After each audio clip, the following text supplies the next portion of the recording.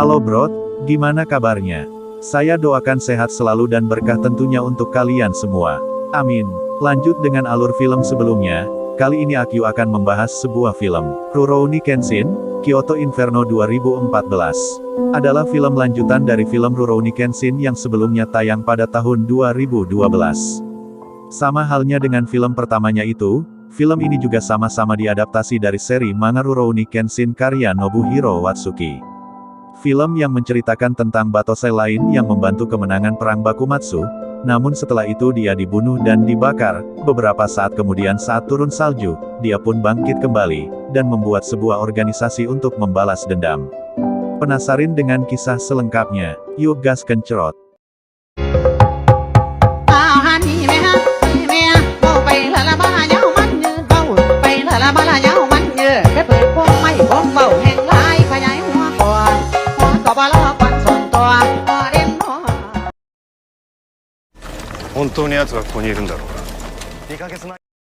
Di awal film, diperlihatkan Saito beserta rekan polisinya sedang melakukan penyelidikan dan penyergapan kepada sekelompok orang yang dipimpin oleh Shishio, sang pemberontak penjahat sadis. Namun hal itu sudah diketahui oleh Shishio, sehingga pasukan Saito pun masuk perangkapnya. Terjebak oleh Shishio, beberapa pasukan Saito pun mati terbunuh dan dibakar hidup-hidup. Saito yang melawan, dihadapkan dengan anak buahnya dan Shishio pun pergi meninggalkannya.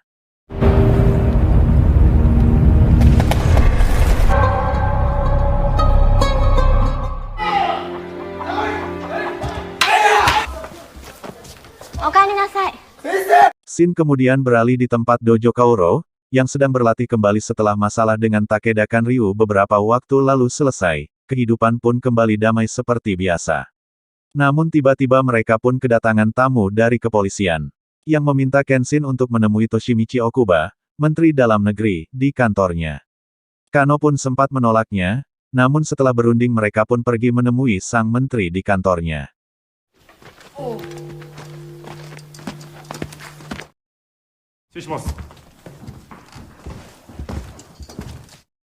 Kenshin dan Kano pun tiba di kediaman Menteri Dalam Negeri yaitu Toshimichi Okuba.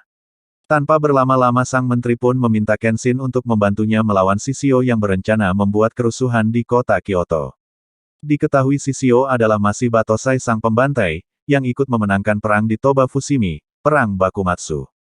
Namun karena sifatnya yang angkuh, sombong, gede hulu, nafsu berkuasa dan menginjak-ninjak semua orang, akhirnya beberapa dari pihak lain membunuhnya. Di saat bersamaan saat berperang, Kenshin memutuskan untuk menggantung pedangnya, Shishio pun dibakar. Namun bertepatan dengan turun salju ternyata Shishio masih hidup dan tersadar. Dan menghilang ke dunia bawah Kyoto, membangun pasukan tentara bayaran yang kejam, dan berencana menggulingkan pemerintah baru. Tuan Okuba pun menggantungkan harapannya kepada Kenshin seorang, untuk membantu pemerintah melawan Shishio dan pasukannya. Sambil menunggu jawaban dari Kenshin untuk berpikir, Tuan Okuba pun meminta jawaban 1 minggu ke depan, bertepatan dengan tanggal 14 Mei.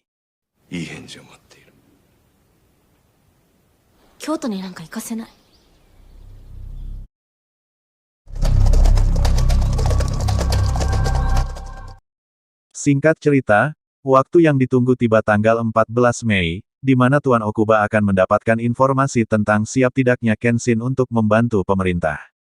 Namun saat di perjalanan menaiki kereta kuda, hal itu sudah diketahui oleh mata-mata Shishio, samurai sang pembunuh berdarah dingin yaitu Sojiro, yang mengikutinya dari belakang dengan mengejar dan masuk ke dalam kereta kuda Tuan Okuba untuk membunuhnya.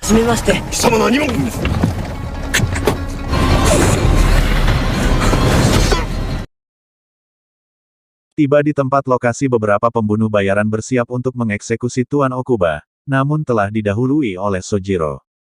Kenshin yang sudah berjanji akan menemui Tuan Okuba, Kenshin berangkat untuk menemuinya.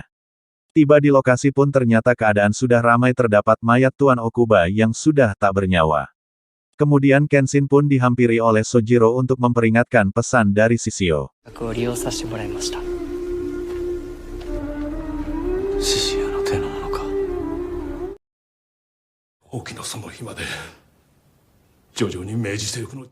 Bertepatan dengan itu, Kenshin pun mendatangi kantor Inspektur Kawaji.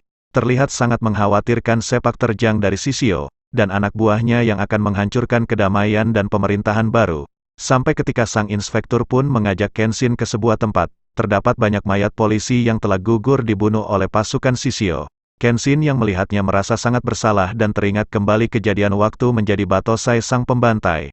Saito yang menghampiri Kenshin pun bersiap perang bersamanya di Kyoto.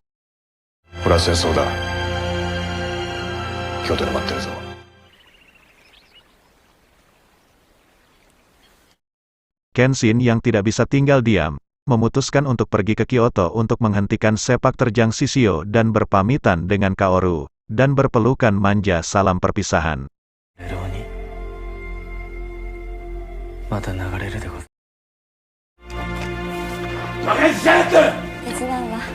Di tempat dojo Kaoru, Sano marah dan kecewa, karena ditinggalkan Kenshin yang tidak mengajaknya ke Kyoto. Di tengah kemarahan Sano, saat di perjalanan, tiba-tiba ada seseorang samurai yang mencari Kenshin bernama Aoshi, yang berambisi untuk menantangnya duel. Namun Sano yang terlanjur kesal malah meladeninya, dan perkelahian pun terjadi.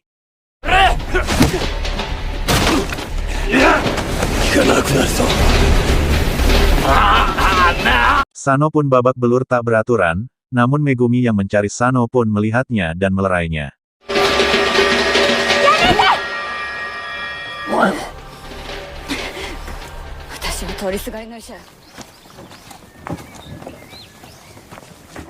Kenshin yang berjalan menuju Kyoto, telah diketahui oleh mata-mata Shishio.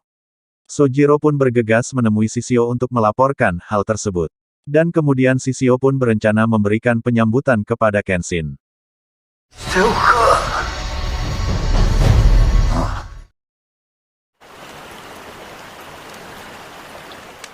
Di tengah perjalanan saat Kenshin hendak istirahat, tiba-tiba seorang wanita bernama Naomi mencuri pedangnya dan membawa lari. Namun Kenshin pun menghadangnya dan meminta pedangnya kembali. Saat Kenshin mengambil pedangnya, wanita yang bernama Naomi pun bersikukuh untuk mengambilnya.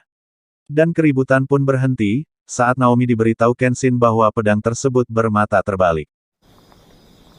Katana? Sakabato de gozaru.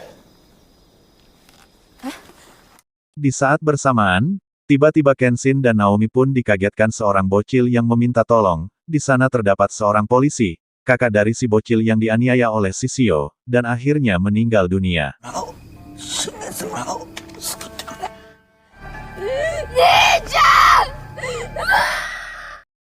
Kemudian si bocil pun mengajak Kenshin dan Naomi ke rumahnya, namun saat sampai di desa tersebut mereka pun dikejutkan dengan keadaan desa yang sudah terbakar, dan terlihat kedua orang tua si bocil pun telah digantung.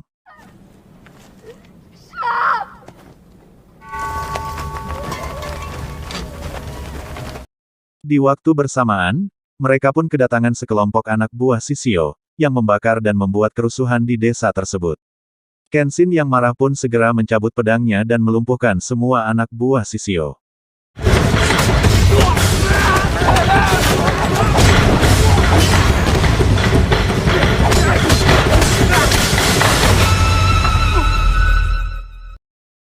Sampai semua musuhnya lumpuh, kemudian Sojiro pun datang, memanggil Kenshin sebagai Himura Batosai, dan menyampaikan undangan dari Shishio.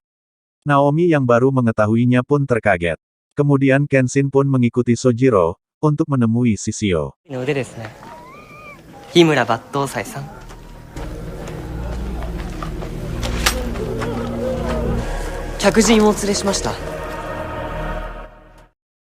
Sesampainya di sana, Kenshin pun bertemu dengan Shishio. Kenshin meminta untuk menghentikan Shishio balas dendam kepada pemerintah, dengan mengorbankan rakyat banyak yang terbunuh. Shishio pun sudah tak peduli lagi dengan pengkhianatan yang menimpanya, apa yang dilakukan pemerintah, membuatnya menjadi kuat dan membangun para pengawal yang kejam.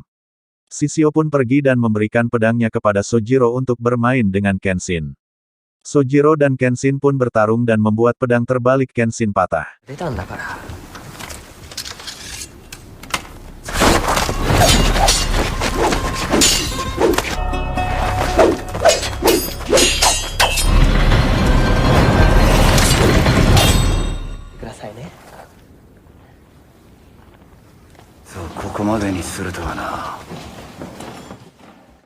Scene kemudian beralih, Shishio dan pengawalnya tiba di sebuah tempat senjata. Sojiro pun diperintahkan segera memanggil 10 pendekar pedang, untuk memulai perang. Di sebuah tempat dojo Kaoru, Megumi mencoba menghibur Kaoru untuk menyusul Kenshin ke Kyoto. Lalu kemudian Sano pun tidak mau ketinggalan walaupun sudah babak belur.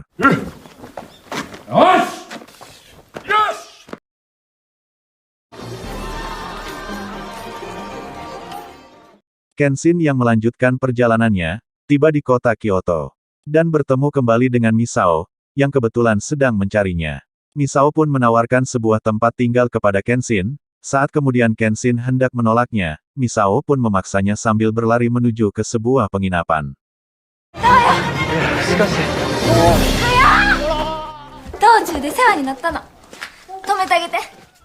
Sesampainya di sebuah penginapan, Misao pun memperkenalkan Kenshin kepada kakeknya, bahwa yang dia ajak adalah sang Batosai yang dicari Aoshi. Sang kakek pun terkaget dan mengajak Kenshin untuk bicara di sebuah ruangan. Si kakek pun ternyata mengenalnya.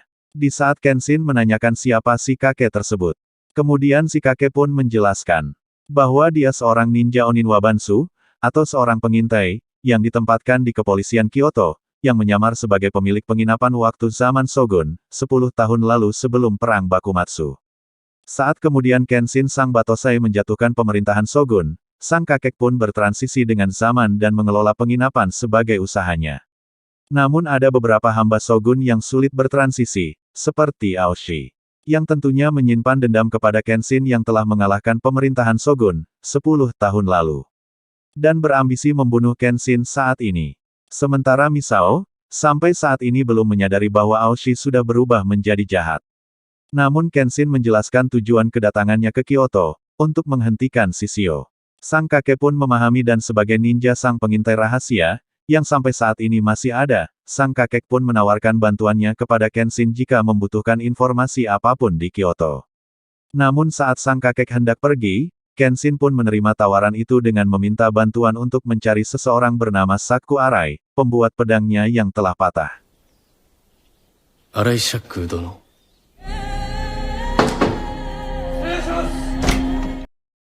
Scene kemudian beralih, di tempat Shishio, pendekar pedang yang bernama Cho, tiba di sana.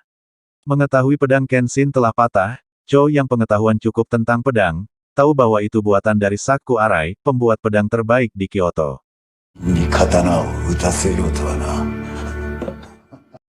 Sementara Kenshin, berada di sebuah pemakaman Saku Arai. Kemudian teringat beberapa tahun lalu silsilah dia mendapatkan pedang terbalik tersebut. Saat Kenshin memutuskan pensiun sebagai Batosai sang pembantai. Kenshin pun kemudian berkunjung ke rumah lama Saku Arai yang saat ini, diisi oleh anaknya. Namun pada saat Kenshin meminta membuatkan kembali pedang tersebut, anak dari Saku Arai pun berdalih saat ini di era baru, aturan membawa pedang yang dilarang, dia pun tidak membuat pedang lagi, hanya membuat pisau dapur saja. Dan kemudian Kenshin pun pamit untuk pergi.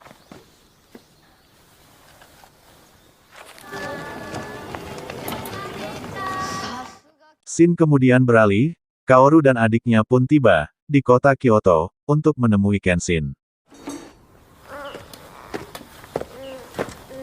Selang beberapa menit, pendekar pedang Cho, mendatangi kediaman Saku Arai, dengan sikap santuy, dia pun mengambil seorang bayi yang ada di rumah anak Saku Arai. Cho yang tahu cukup tentang pengetahuan pedang, dia mengetahui bahwa, masih ada pedang peninggalan Saku Arai, dan dia pun memintanya, sambil menyandra seorang bayi, dan membawa ke sebuah kuil. Orang tua si bayi pun panik, dan berlari berniat memanggil polisi, namun di perjalanan bertemu kembali dengan Kenshin yang belum jauh pergi. Kemudian Kenshin pun mendatangi pendekar pedang Cho dan meminta Cho melepaskan bayi itu. Namun Cho menganggap kedatangan Kenshin sama, untuk mengambil pedang terakhir Saku Arai. Kenshin yang tidak tahu apa-apa pun, tidak memperdulikannya, dan fokus menyelamatkan bayi tersebut.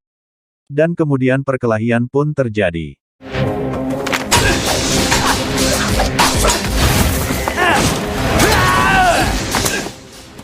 Kaoru dan adik yang sedang berada di sebuah kota Kyoto pun, mendengar informasi, ada dua samurai yang sedang bertarung, lalu kemudian menghampirinya.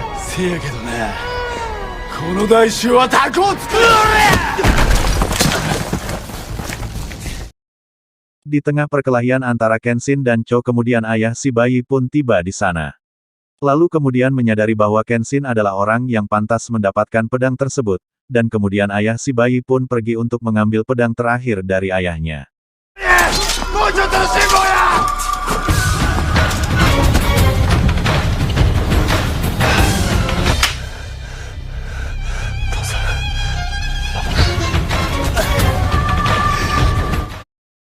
Pertarungan sedang berlangsung, di waktu yang tepat, ayah si bayi pun melemparkan pedangnya kepada Kenshin.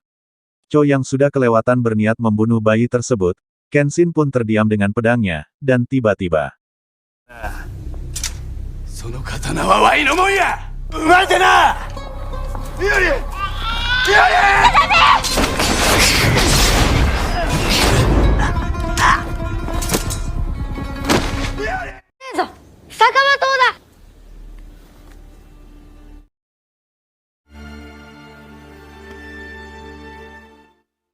Saat kemudian Kenshin ingin mengembalikan pedang tersebut, dan bertanya tentang pedang itu, anak dari Saku Arai pun menjelaskan, bahwa pedang tersebut adalah pedang mata terbalik yang asli, yang dibuat untuk para dewa oleh Saku Arai.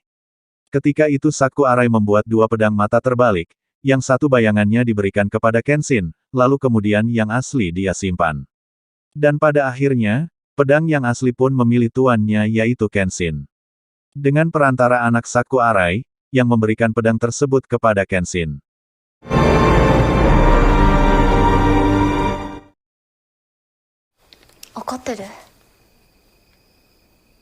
Di sebuah penginapan, Kenshin terlihat tidak senang dengan kedatangan Kyoto dan adiknya, karena hal itu bisa saja membahayakannya.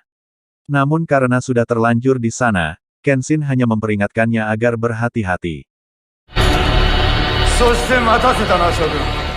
Di tempat lain, Shishio dengan pendekar 10 pedang, beserta pasukannya bersiap untuk melakukan aksinya. Salah satunya membuat kerusuhan di Kyoto.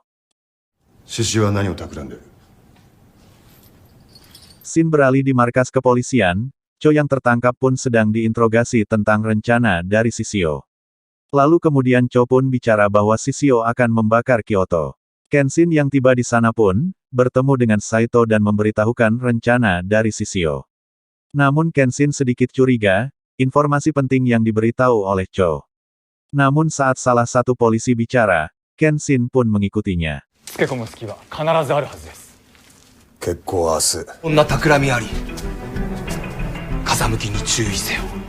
Di sebuah tetua ninja sang pengintai pun, ikut ambil peran membantu Kenshin untuk menghentikan Shishio.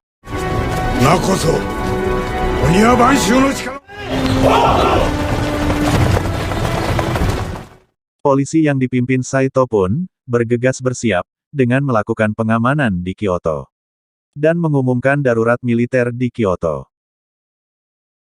Hari di mana perang akan dimulai, Kenshin pun bersiap bergegas, lalu kemudian Kaoru dan adiknya pun ikut membantu.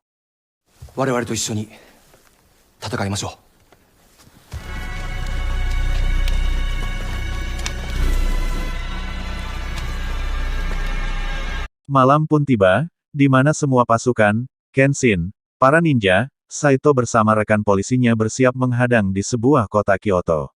Keadaan menjadi tegang saat beberapa petasan berbunyi di atas kota Kyoto. Selang beberapa waktu, tibalah sebuah pasukan dari arah depan dengan membawa api dan membakar seluruh rumah di kota tersebut. Pertempuran pun tak terelakkan, dengan sangat sengit.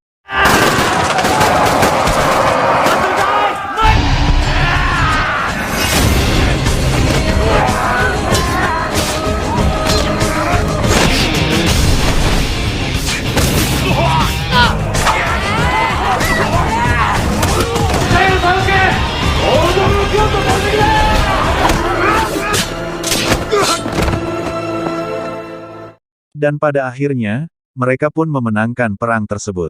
Namun saat perang sudah usai, terlihat janggal di sana. Shishio dan pasukan pedangnya pun tidak terlihat.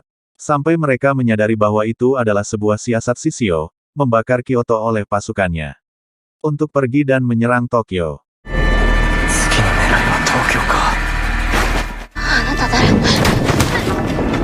Saat Kenshin pun menyadari dan hendak pergi menyusul Shishio, namun Sojiro telah menangkap Kaoru dan membawanya ke sebuah kapal perang. Kenshin pun kemudian dengan cepat mengejarnya dan berhasil masuk ke sebuah kapal yang terdiri Shishio dan pasukannya hendak menuju kota Tokyo.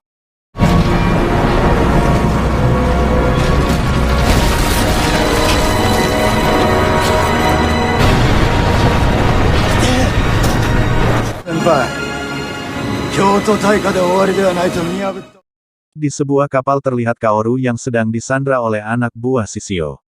Kenshin terlihat sangat marah dan hendak menolongnya, namun saat hendak menolong, Kenshin pun dihadang oleh pasukan Shishio.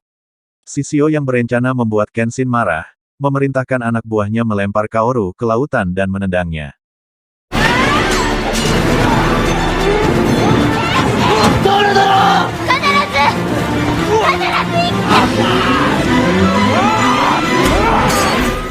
Kenshin pun bergegas dan pergi melompat dari kapal hendak menyelamatkan Kaoru. Namun yang terjadi Kenshin kehilangan Kaoru, dan terdampar pingsan di tepi pantai, lalu kemudian ditemukan oleh seseorang.